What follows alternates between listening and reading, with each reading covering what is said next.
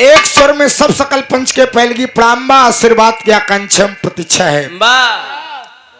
हमारे हिंदुस्तान की संस्कृति है बाबूजी, सभ्यता है। लोग कोई कार्य शुरू करने से पहले अपन अपन सामान चेक करेले। तो तू अपन सामान चेक करे कि नहीं? हमार तो टाइटे बा सबसे। आज तू अपने जिला में तुहार फिट्टे रही। कोई भी कार्य शुरू करने से पहले लोग अपने इष्ट देवी देवता की पूजा अर्चना विनती इबादत किया करते हैं बाबूजी। जैसा कि धन को चाहने वाले लोग बिरहा सुने वाले पंचौ धन के आवश्यकता सबके बाद लॉकडाउन के बाद से सबके कुछ ज्यादा बा खाली गवैयन के छोड़ के। अरे यार का गवैया सेत के चंदन रगड़ी का गवैया आजकल गेहूं चौरे बिरहा ढेर। अरे यार तू मरबा एकदम चिकन कह देबे। माँ लक्ष्मी गणेश जी कुबेर जी को याद करते हैं। बल को चाहने वाले लोग प्रभु बजरंगबली की पूजा करते हैं।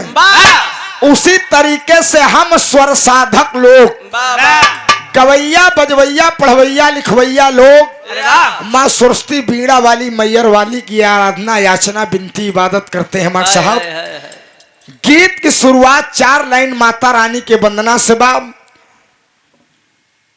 बिरहा गायक राकेश यादव एंड पार्टी अभयपुर बिरभानपुर बहरिया प्रयागराज इलाहाबाद की ओर से प्रस्तुत है। हमारे साहब कहना है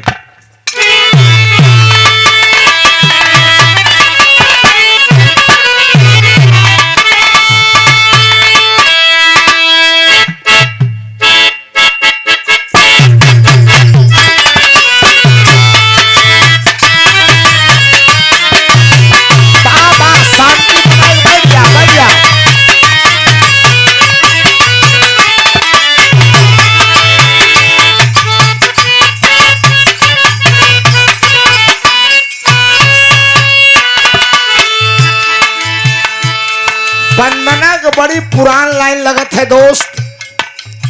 बिरहा सम्राट स्वर्गीय महरूम जनाब हैदर अली गुरु जी के जमाने के वंदना लगत है। मार साहब बेटा ममता मई माँ के दरबार में जाकर माँ के कमलबस चरणों में मस्तक टेक कर माँ से अरदास करता है कि माँ तू बड़ी दयालु है, सबको सब कुछ देने वाली है, तेरी महिमा बड़ी अनंत है। माँ बेटा कहता क्या है मर साहब?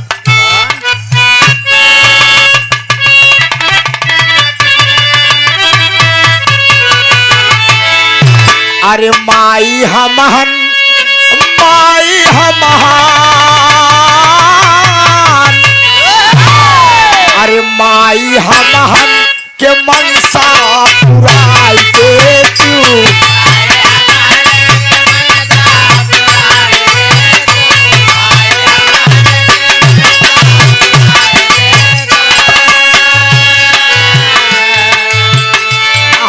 सरगम सगितिया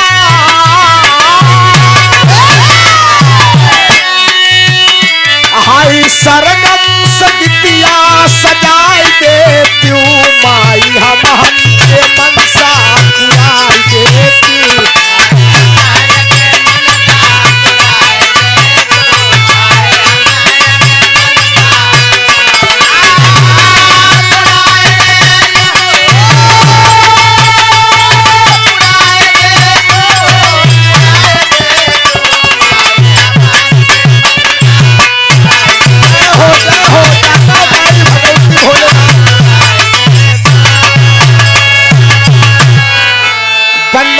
भाव पर परम आदरणीय परम श्रद्धेय हमारे बड़े भैया जितेंद्र यादव जी, आप कल्याणपुर के ऐतिहासिक पावन सरजमी से आप जौने जौने रास्ता की आज हमका लिया है काया भाई साहब, ये आप तरफ से 51 रुपया पुरस्कार बहुत बहुत प्रणाम है।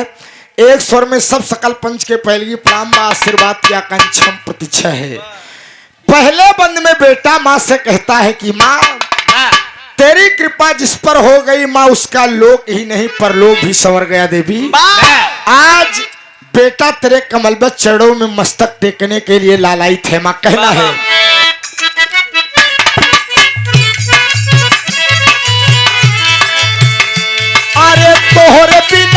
सके नया सके हूँ बूझे।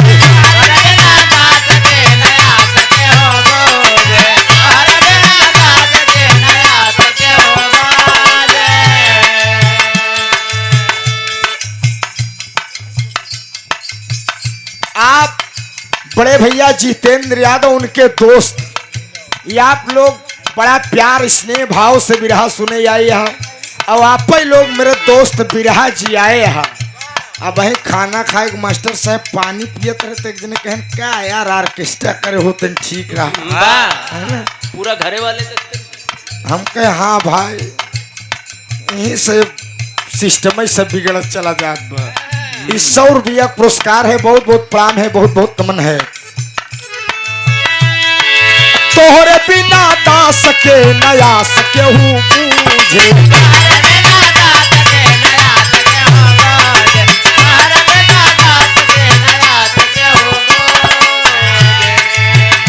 अरे छाया अधियारा डगर नाही सूझे, डगर नाही सूझे।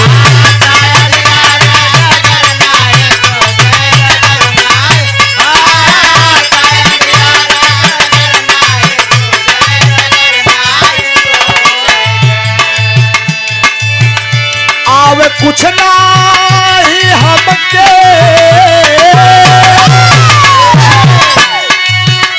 आवे कुछ नहीं हमके बताई दे तू माई हमहन के मनसा पुराई दे तू।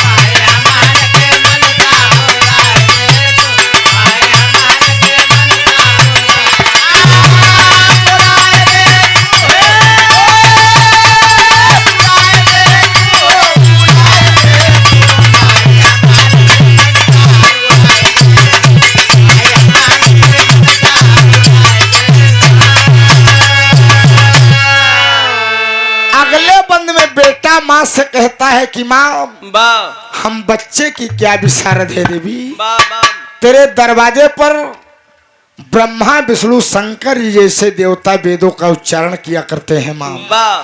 तेरी पूजा केवल हिंदुस्तान में ही नहीं माँ, 7 समंदर पार भी होती है। सबका मनाने का पुकारने का अलग अलग तरीका एवं तजुर्बा होता है। हम शेरा वाली बीड़ा वाली मैहर वाली के नाम से पुकारते हैं, लेकिन 7 समंदर पार तुझे मदर ऑफ मिनर्वा के नाम से पुकारा जाता है माँ। A devout praise is mother that O maa you are very kind you have many names. कहना है मार साहब, ज्ञान भाई जहां कहीं भी हो आपका इंतजार मंच के बगल हो रहा है, आप आ जाइए। कहना है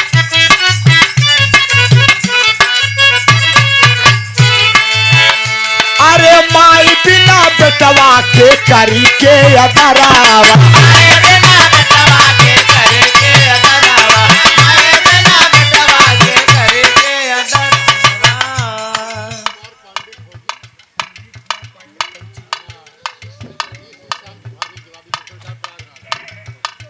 आप परम आदरणीय परम श्रद्धेय बाबू कुलदीप कुमार पांडे फौजी साहब,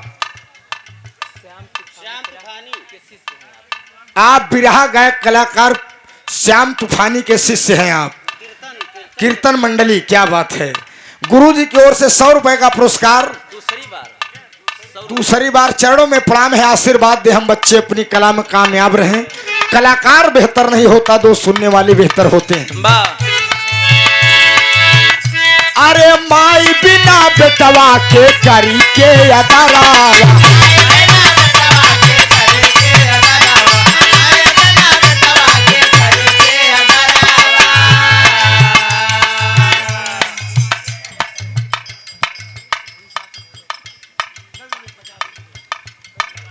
इतना समय न ल मोर भैया, जल्दी से बताए तो हम टप से बोल दे। आप जितेंद्र यादव और राकेश यादव, ये आपके बहनियाऊ रही हैं, क्या बात है। बेका भाई बहनी के रिश्ता बड़ा अजीब होता, दोस्त बड़ा प्रेम होता है। आप तरफ से 51 रुपया पुरस्कार है, बहुत बहुत प्रणाम है, बहुत बहुत नमन है। एक स्वर में सब सकल पंच के पहलगी प्रणाम बाप। अरे माई बिना बेटवा के करी के अदरावा।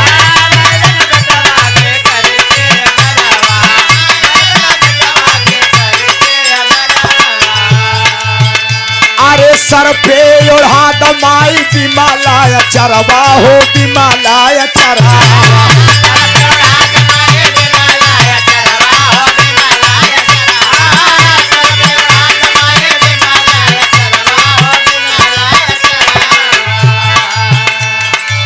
आके ज्ञान वाली ज्योतिया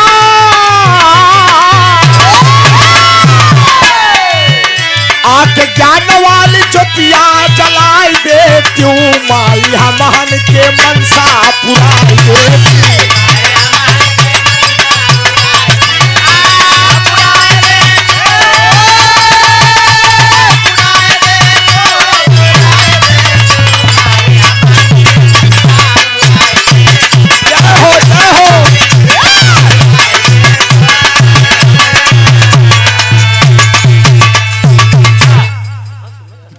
सुने वाले बाबूजी माई का वंदना जितना करबा उतना कम बा जाकी रही भावना जैसी हरि मूरत देखी तिन तैसी पंचो मन की तरंग मार लो बस हो गया भजन दादा मन की तरंग मार लो बस हो गया भजन और आदत बुरी सुधार लो बस हो गया भजन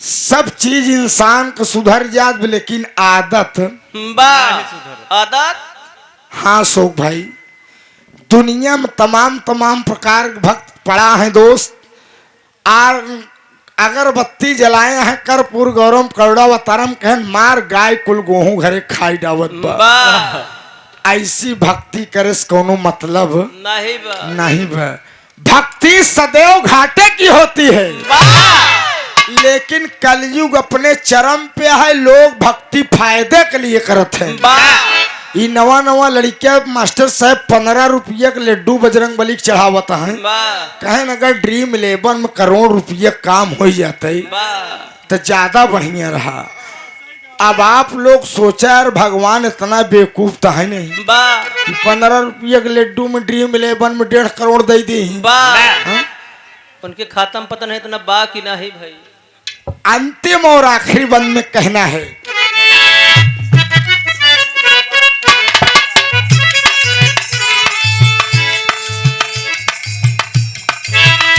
अरे दादा पंधारी मुन्नी लाल भय सपना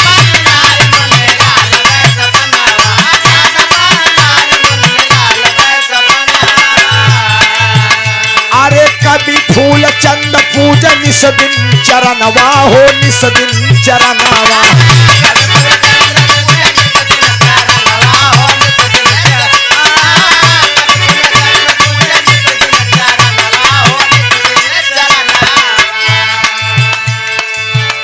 और राकेश यादव से बिरहा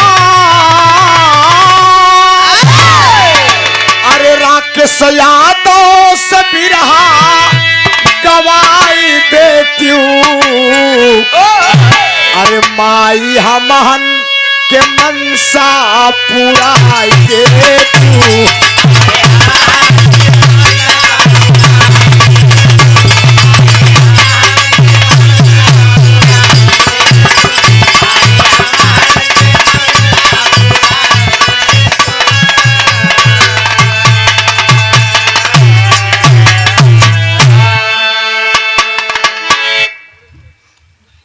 माता रानी की वंदना संपन्न हुई मास्टर साहब एक आध लाइन गीत बजाए ले